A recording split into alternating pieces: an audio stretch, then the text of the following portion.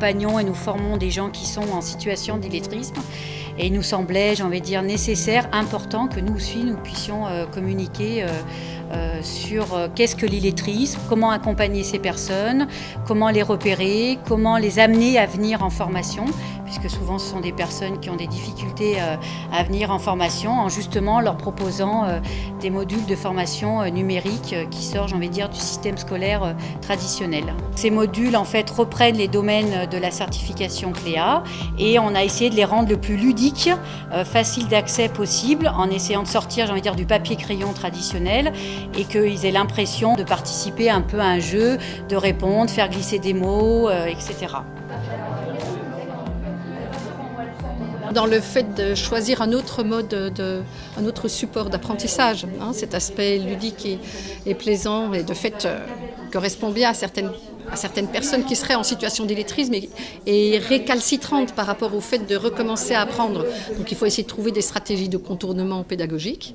Et là, on est bien dedans, en fait, dans cette manière d'attirer leur attention, d'essayer de rentrer dans leur mode de fonctionnement. On peut essayer, on se trompe, on va recommencer. Voilà, on est par essai-erreur.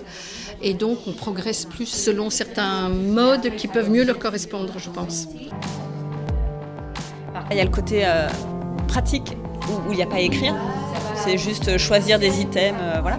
Il y a le côté graphique aussi qui est intéressant parce qu'il y a des dessins, il y a des couleurs, ça aide. Et puis c'est quand même quelque chose qui est proposé en appui avec un formateur pas loin, donc ça permet d'aider à la compréhension s'il y a des choses qui ne sont pas comprises. C'est quand même valorisant je trouve, pour un public qui peut s'auto-dévaluer en se disant par rapport aux autres, je ne maîtrise pas déjà l'écrit, donc passer à une forme de remise à niveau par le numérique, c'est doublement valorisant parce que ça permet déjà de reprendre, parce que lire des consignes, avoir des informations, ça va aider la personne, l'encourager à se dire pour que je puisse avancer, c'est bien que je puisse connaître le sens de ce mot, de cette phrase, voir comment il s'écrit, etc.